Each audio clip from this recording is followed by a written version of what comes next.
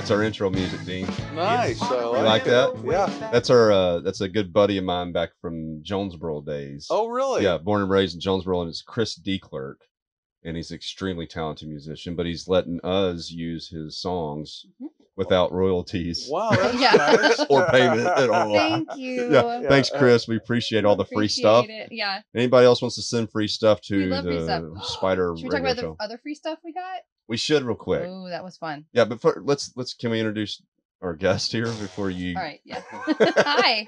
Hey. Hi there. How are you? I am well, thank you. Who are you? That's a good question. I've been trying to figure that out for some time. Yeah, you've been. Yeah, I got you. So I'm Matt Waller. I'm dean of the Sam M. Walton College of Business. Oh, hang. There you go. We actually have real jingle for Wow. that. Yeah. Didn't know you had such a big audience. Live studio audience. Yeah.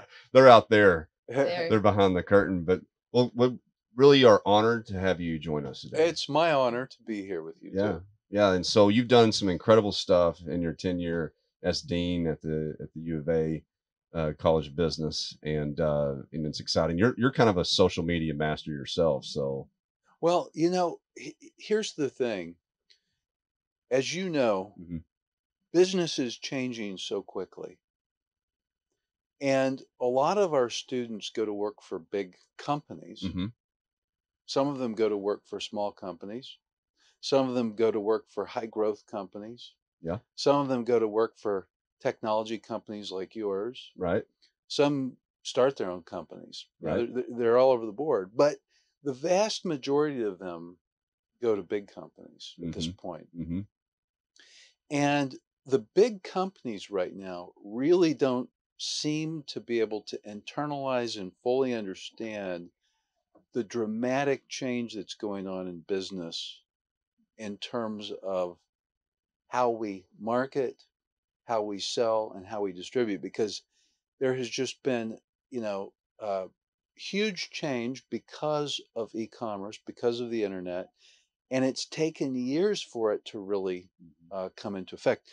And so one of the reasons I have always been interested in what you've been doing is because you really touch on a lot of that, because in some ways you're using technology to understand e-commerce and to help your clients understand e-commerce, but you're also using a big data approach to understand what shoppers and consumers are interested in. Yeah, that's right. And all of these companies, I'm talking big retailers, for example, and big suppliers are needing to understand how to sell their products through their .com channels. Yeah. Or through social media. Swipe up on Instagram, right, for example. Right. But for a retailer, a big retailer or a big supplier, making adaptations in their business processes and in their mentality and their understanding is very challenging. Biggest challenge. Absolutely. And it's interesting. I have the sense that a lot of these companies kind of get on the bandwagon in certain things. Like they might get on the content bandwagon where they're making lots of content. Right. But content's important. Yeah. And content needs to be refreshed, but it's got to be the right content. It's got to be the right. That's right. And then there's information on the internet about what consumers are really looking for because they Google things. That's right. If they're trying to buy something, and then eventually, once they maybe go to a website, they've got to purchase the product, where all of this is no good. Right. So there's a combination of the content that's on and the product that's available on the e-commerce site, as well as understanding what shoppers and consumers really want. And that's one of the things that really has intrigued me about the technology you've been developing. That's right. So I'm going to, first of all, before I get into that, I want to ask you a real quick question. Sure. Yeah. Can you come hang out with us when we go to client meetings and just pitch that? Yeah. I mean, and but second part to that is for free, For free. Yeah. Oh, wait. and third part's all the time. Yeah. Just. I mean, No, is it, you have time in your the schedule for something Walton like that? College Yeah, right. might suffer a little bit now, but I have to Yeah. say, the whole reason I even brought that Mhm. up is, of course, I'm interested in what entrepreneurs are doing in Arkansas, Yeah, absolutely. in this space in particular. Mhm. But it's really important for business schools Yeah, to be incorporating things that are going on in absolutely. these areas, and most of them are not. Nope. And I think the only way to make change, whether you're a big company, Mhm. a big retailer, a big supplier, or a big university, the Mhm. people at the top have to do it. Yeah, they do. They They do. have to understand it. And it's time for change too. I mean, I think that if we really look at, like, for example, what Doug McMillan says in the media all the time for the last 4 years, convenience, We really would convenience. love for Doug to come here, right? Yeah, yeah. I And think, come yeah, talk. we always Please. ask if Doug can come to Yes. interview with us. I mean, That would be amazing. Yeah, it'd be great. He's a And- great So- speaker. yeah, Yeah, he's and an we- excellent speaker. We're here. We're in Bentonville, Arkansas. Well, we're Well, actually in how about- Springdale. We're in but- Springdale, but Well, Northwest Arkansas. But you're on a bus, so you could actually. yeah, we be could. We can we come to could. you. That's a great idea. There it is. Yeah, all we need to do is we just need a 110 outlet to Right? plug in. We'll come to you. That's right. But what he keeps saying is he's talking about convenience and digital, and I think that and then however the shopper wants to transact. And that's where retail needs to meet the shopper. And to try to pivot that mentality at the world's largest retailer is pretty amazing, but it's also causing, the reason for that is because there's been disruption in the marketplace by the way shoppers behave. And the reason for for the shopper's behavior disruption is based upon technology.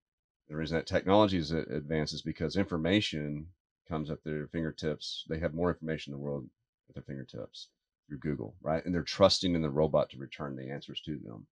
And so we see that, we we're talking a little bit earlier, but the small companies can disrupt huge through technology. And that's what we're experiencing a lot in the marketplace today is the ability for just all these small companies, whether small manufacturers, even small retailers to small third parties that are able to leverage the power of scale of technology to disrupt. And small companies can do huge things these days, really huge things. Gotta get ready. That's a great jingle. Yeah, get ready because Oh, man. yeah, that's right. Well, that's really true. It's interesting, all of this data and technology, and then the disruption as a result of the new kinds of Mhm. business processes and shopper behavior have resulted in additional technology tools That's right. being created. Yep. Yours is an example. Mhm. But now, because of this, all different types of technologies are being developed to solve problems because we have new problems that we used to never That's have right. in these industries Mhm. and new questions. Mhm. And but if you think about it, the industry as a whole is there's one of the things there's a lot of technology disruption, Mhm. but there's also creative destruction, Absolutely. as Joseph Schumpeter used to talk about, where companies are having to cannibalize their own business through other channels Mhm. or they're going to be destroyed. That's right. But it's hard to do that for a Mhm. company. It's hard to develop a channel that's actually eating your own business. That's right. Yeah. Yeah, it is. And I see a lot of like we talk with a lot of suppliers, large, small, new, startup, challenger, and the big ones. And I can see particularly with the big ones, like there's so many processes and procedures and resources put in place for, what has worked really well in the past. But then you have all this disruption happening, within manufacturing, supply chain, and then retail that it's really hard for them to pinpoint exactly what is the right thing to do. Yeah. And then in that challenge, overcoming that challenge or participating in that adaptability, the ones that can do that fastest are gonna have a lot of success. Absolutely. And small companies have a big advantage there in many cases. Mhm. If you think about it, you've got your ecommerce.com site, Mm-hmm. but then you've got social media. Yep. Have you ever seen Allbirds, the shoes? Uh-uh. Have you heard of them? No, It's a shoe that's kind of become fairly popular.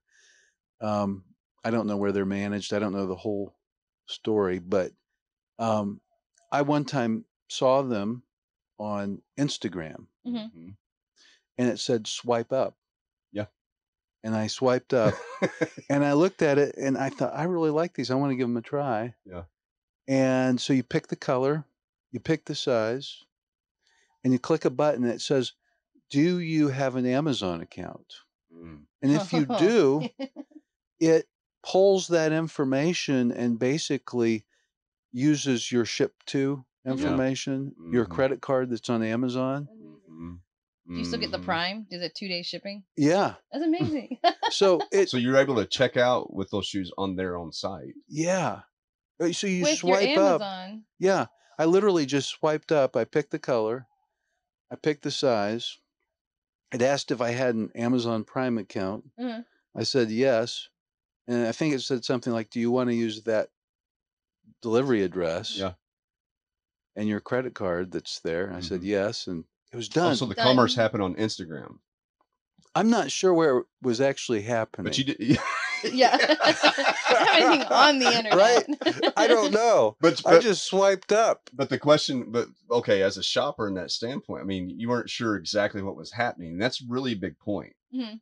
Because we had my wife Tara in this a few weeks ago when we were asking about her behavior. She's like, "Oh, we asked her it started." She goes, "I don't know. I just use my phone and whatever browser it pulls up and whatever search engine it's using, and I just type in what I want."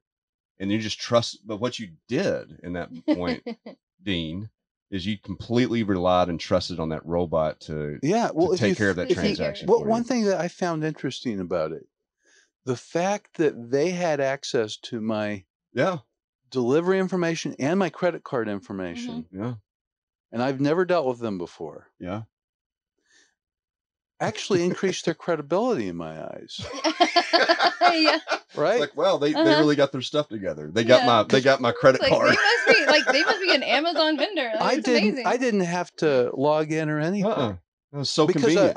I think it's because I was already logged in on my phone, Uh-huh. Yeah. But my only point in all that is that the number of methods of Mhm. purchasing is proliferating. Yes. Mhm. The number of methods of really narrowing the funnel Uh-huh. is increasing because I wanted some comfortable around the house shoes. Yeah. And I've been thinking about it. I'd actually been in a shoe store and I really didn't find what I wanted. Mm-hmm. And I don't know how they knew to push those kinds of shoes to me, but I started seeing more of them. Right? I know. I feel like they, It's like the internet knows, like they're reading your mind. Exactly. But you think of that, and what I don't know too, I should have looked into this more. Was were they shipping it from Amazon or something? Yeah. I don't know. Probably I have no idea. so. Mm-hmm. But these kinds of things are proliferating. So the tools that are out there have to keep adapting as well. That's right. That's right. And the shoppers keep changing. Yes. I mean, yes. if you would have told me Matt Waller 5 years ago would have bought shoes by swiping up on Instagram and made the purchase within less than 60 seconds. Right. Seriously. I think the whole thing took less than 60 seconds. Amazing. But part of it was I thought, well, I can return it. Yeah. If I need to. I would say that Dean Waller was influenced. There you go. Yeah. I was influenced. Yeah. But I've seen this more and more. And so it also allows companies with innovations to get those innovations to the market more quickly, which makes it, I think, a little more difficult for big companies again. Yeah. Because big companies have a more planned approach. So They I do. think Yeah, so one thing that I think's happening is we're moving more from planning to experimentation. That's right. Real-time experimentation. A/B testing. A/B testing. Yeah. We call it EB testing. It's Why? Eric Brook testing. That's right. I have my version. She has hers. Yeah, we see which I'm right. She's wrong always from my perspective. Never. But then we find out. But but the thing about we test it. But we test see it who's right. because you want the customer, the shopper, to know, to give you the actual answer. And I think that requires that kind of dynamics. It requires that kind of adaptability, that speed. One thing that I see in the challenge really for the big companies, because they are more on a planning side versus the smaller manufacturers and companies that are using their speed is the number one trump card on the small ones. Absolutely. They're Mhm. just going at it, So you know.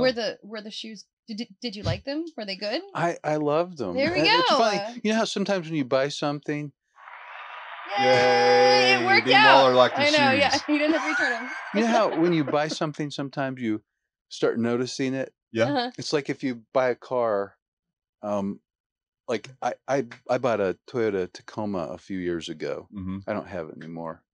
But I really didn't notice them much until I bought it, and then I saw them everywhere. Mhm. Yeah, yeah, Well, the same thing with these shoes.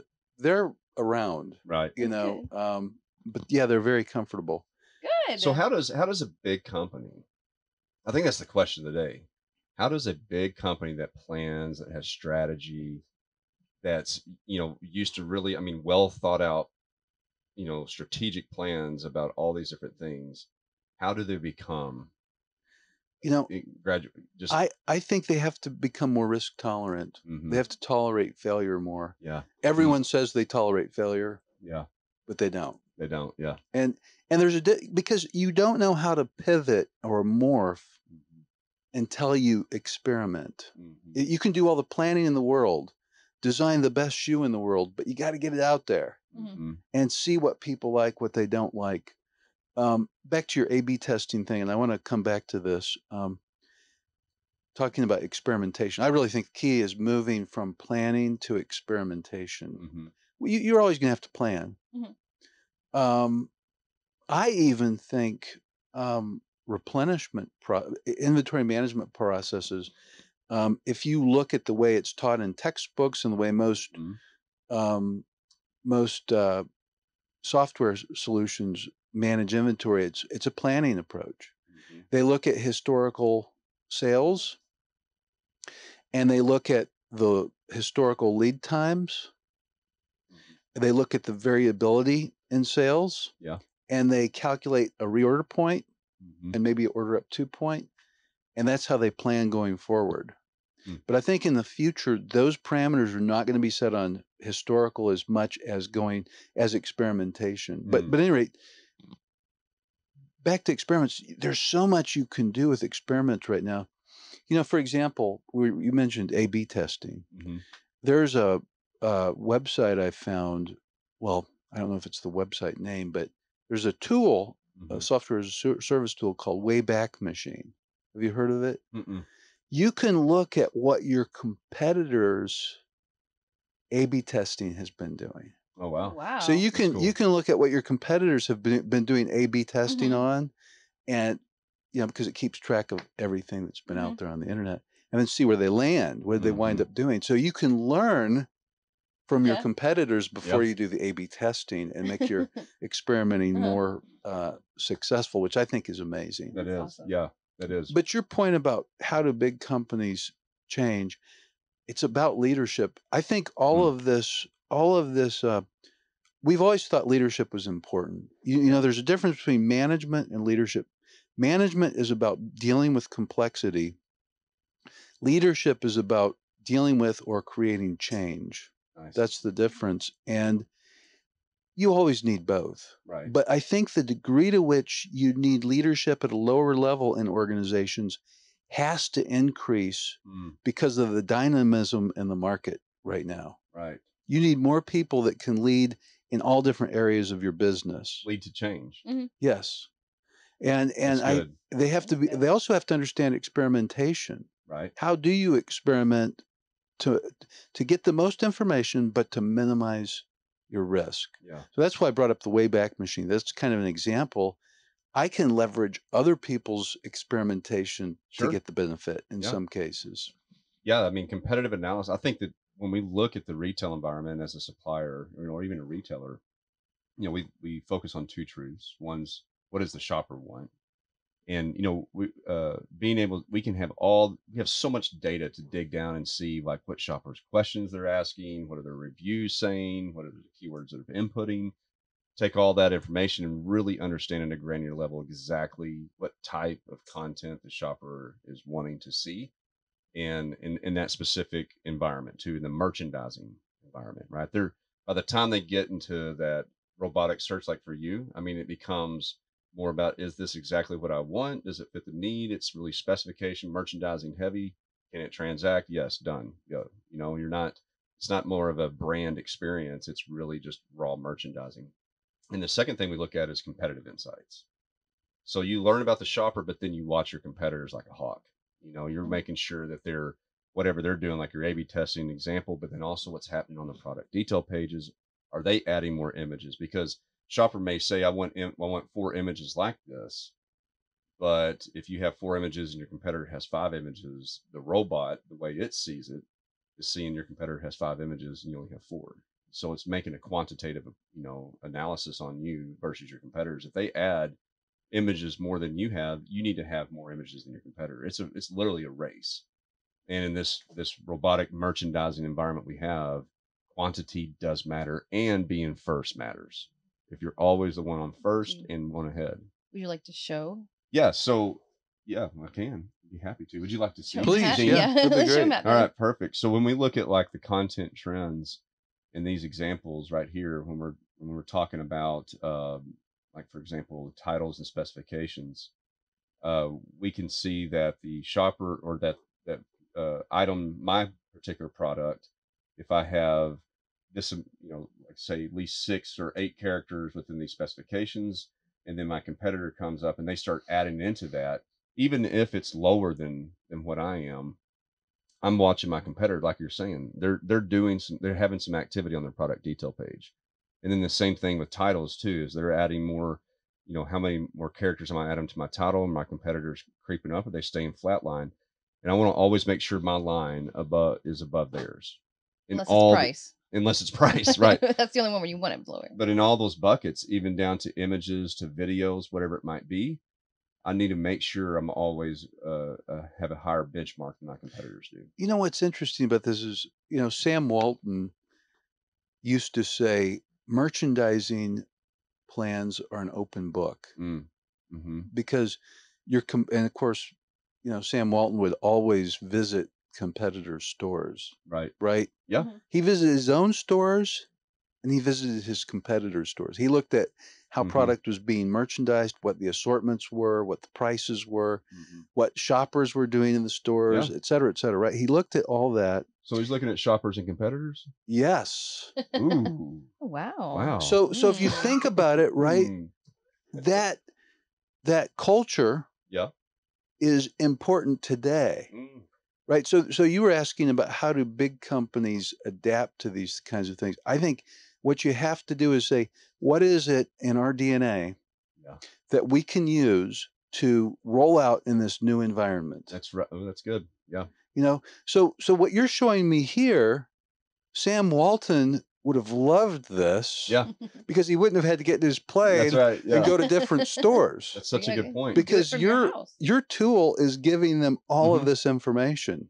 Really fast. And Mhm. and it's suppliers, retailers, anyone. It's all Mhm. an open book. Mhm. Transparency is increasing. That's right. So because transparency is increasing, it's like the only way you can win, other than building your brand, and you have to build your brand through solving problems for customers. You have to be able to look at this kind of information and be able to say, what are shoppers wanting that no one's delivering? That's right. And I think that to your point, we can get faster than what Sam could back in the day. We can get the data really fast. And the second part to this is, how do you execute against that data really fast?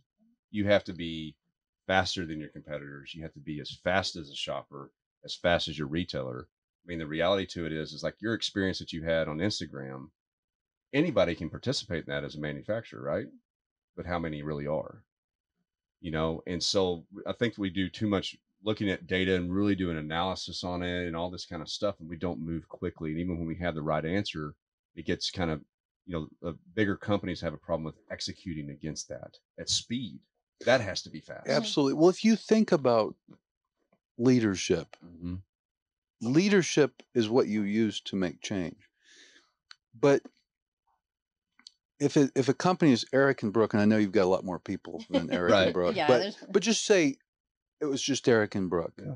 The amount of leadership you have to Like maybe Brooke says, "Oh, we've got to do this swipe up thing." Mm-hmm. You know, well, it's going to be really easy to gain alignment because leaders set direction, That's right. they gain alignment, and they provide motivation. Mhm. Well, if you two own this startup,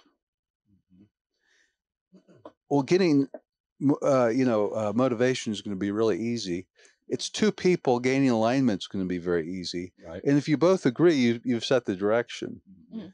But when you've got thousands of people, Makes it a lot harder. right, their motivations aren't always aligned perfectly because they Yeah. aren't owners. Right. The ability to, how many people do you have to get aligned? As you get bigger, more Yeah, and more people that's have to be right. aligned. Unless you change your authority Yeah. processes. Gotcha. If you give people the authority to make decisions, that's got to happen. It does. Yeah. Yeah, that's a good point. There's the human resource structure behind this. I guess that'd be your first step, right? I mean, if you have so many departments, shopper, data, and all these in content creation, brand, all these different departments, it almost seems like to me that you'd want to have. I'm talking to the mic. Oh, I'm sorry, Brooke. No, I was like Wasn't first time technically you were sound. like, I know. First time I was turning that backing off, away. Yeah. Yeah, That's crazy. That's it's not like crazy. me. I Something's know. wrong. You okay? I'm okay. But if you can, I put people to sleep. I think he was falling asleep. Fall asleep on the mic. But if in each department, it almost seems to me like if you could at least start out by choosing one person with that authority to make higher risk decisions. Risk just meaning like it doesn't have to go through such an approval process. And they can kind of be the mavericks within that department. And those mavericks are talking to the other mavericks in other departments. And these people are making, decisions based on those departments' strategy, but they're able to make faster decisions and go through tests and actions and really be the kind of the renegades within the company to kind of develop out these evolving innovations that are going on. And companies are always afraid it's going to hurt their brand equity. Okay. But one thing I always, if they're making mistakes, Yeah. because they've delegated authority, but I always think of Apple. Mhm. I don't run much anymore, but I used to run a lot. When iPod Nanos were coming out, Mhm. I was an early adopter. Yeah. I bought an iPod Nano. I don't remember what year it was, but I bought one right after it came out, Mhm. and it quit working about a month later. Mm. I think the first year I bought 3 iPod Nanos, Really? but they never, so it's almost like they were introducing technology, and still sometimes I think that they introduce technology faster than they optimize it. Mhm. Have you Yes. experienced that? Absolutely. That happens all the time with everything almost. Yeah. With the leaders out there. Yeah. But Apple's brand equity is possibly one of the best in the world. Right. Probably. So it kind of refutes that notion. Mm-hmm. People are willing. I mean, I love the iPod Nano because I love to be able to listen to music and podcasts or whatever I want to listen to while I was running. And I was willing to buy another one if it broke. I just was thankful it was a little thing I could clip on. Yeah. Of course, now you've got what are they? AirPods. AirPods. Yeah. It's gone even further. But I bought my son AirPods for Christmas, Mm-hmm. and he's been running a lot. And he's been in Dallas doing a internship in Dallas, and he thinks the sweat made one of them quit working. Oh You no. know, Yeah. I don't know if that's what did it, but that's what he thinks, and it's not working, and it's Mhm. less than a year old. Right. I Yeah. thought, this is par for the course. Buy another You pair, know. Dad. Yeah. They're I a mean, little what's the too big problem? expensive. Yeah. Right. So, hey, I would like to ask, how do your students? I mean, what is their mentality about all these things that are going on? I mean, are they just it's just obvious and clear to them about all the disruptions and like what's their mentality? Like if I mean, I remember when I was a college student, I was like, I knew exactly what I needed to do to go work for a big company and how I could make a big difference, right? I mean, just you have that student mentality, right? I mean, what would be their thought in walking into a big company and say a big company said, "Hey, I'll need you to be this person with this department and make change happen." How would they approach it? Well, I think they would approach it differently than people of my generation Okay. would, but th- But let me back up just a second and say that so most big companies only provide internships between the junior and senior year, Okay. right? Smaller companies like White Spider, Mhm. well, you're willing to provide them earlier We're like in some freshmen. cases. Yeah. Yeah. Yeah, Well, Start freshmen. right. or like middle school. Yeah. But that's the Yeah. thought, though. I mean, getting even high school students Uh-huh. involved in junior high, like the coders. There's a coding group for junior high students. I mean, that is Uh-huh. so intriguing to us to get them. How do we tap them to get involved and learn the practicalities of our business? To trend so they can trend Try set and get. projects, yeah. But anyway, yeah. So So a little bit earlier. I think one of the things I've been calling on companies, and you know this because I've asked you and you've done it, but I've been asking the smaller companies, the startups, the growth companies, and everything in between to start hiring our students earlier, like Mhm. between their freshman and sophomore year, and between their sophomore and junior year. Now, I think that does a lot of things. One, I think it's good for companies like this because they're getting fresh eyes from people who are heavy users of these technologies. Oh yeah, Right? They know nuances that it's hard for us to get, sure. right? Yeah. And so I think it's good for these smaller companies. It increases the probability that they'll actually take a job with these smaller companies, one. Right. But if they don't, if they wind up going to a big company, the benefit of Come on in, them Leo. is Hey. that Hey, Leo, come on in, man. We're almost done with Nice. this show. I know, right? Yeah, this is how we Leo- roll, Dean Waller.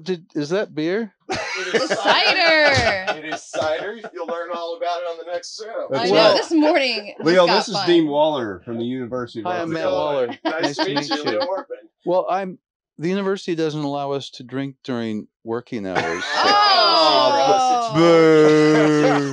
For us. Yeah, that was worth So- that jingle. Well, I look forward to hearing your podcast. Well, I appreciate that. I look forward to it as well. He doesn't know what he's getting himself I into. have No, clue. not at all, No yeah. clue. Have fun, yeah. All right. Great. Well, thank you for Oh, yeah. having me Yeah, on. thank you. It was Appreciate fun. it. I guess that's our sign to wrap this one up. I Huh? was looking, I was like, this is figured. the last question, and then we're gonna go over it. I like your informalness of Yeah, this. yeah, it's Yeah. pretty. It's, I it's pretty still raw. think that you should try to do one of these while it's moving, but We got witnesses. Dean Waller recommended that, so yeah. let's do that one with Leo. See how Sorry, that goes. Springdale. He just- Yeah, I was drinking. Sorry, Springdale. Oh, you didn't have to throw that part in there, Yeah, Brooke. my That- bad. yeah. Dean Waller, it's really great to have you on the show. great to be here. Yeah, Eric, please come Brooke, back. Nice to meet you, Brooke. Excellent conversation because I think gonna it's do a it. really big deal for our community, Absolutely. especially our Northwest Arkansas area with all the suppliers, Walmart, and we got to hit what the shoppers are going for. It's changing, it's rapid, and we can do it. Absolutely. Yeah, we can do it, right? Good to visit with you all. Yeah, Yes, you thank as well. you. Thank you, sir.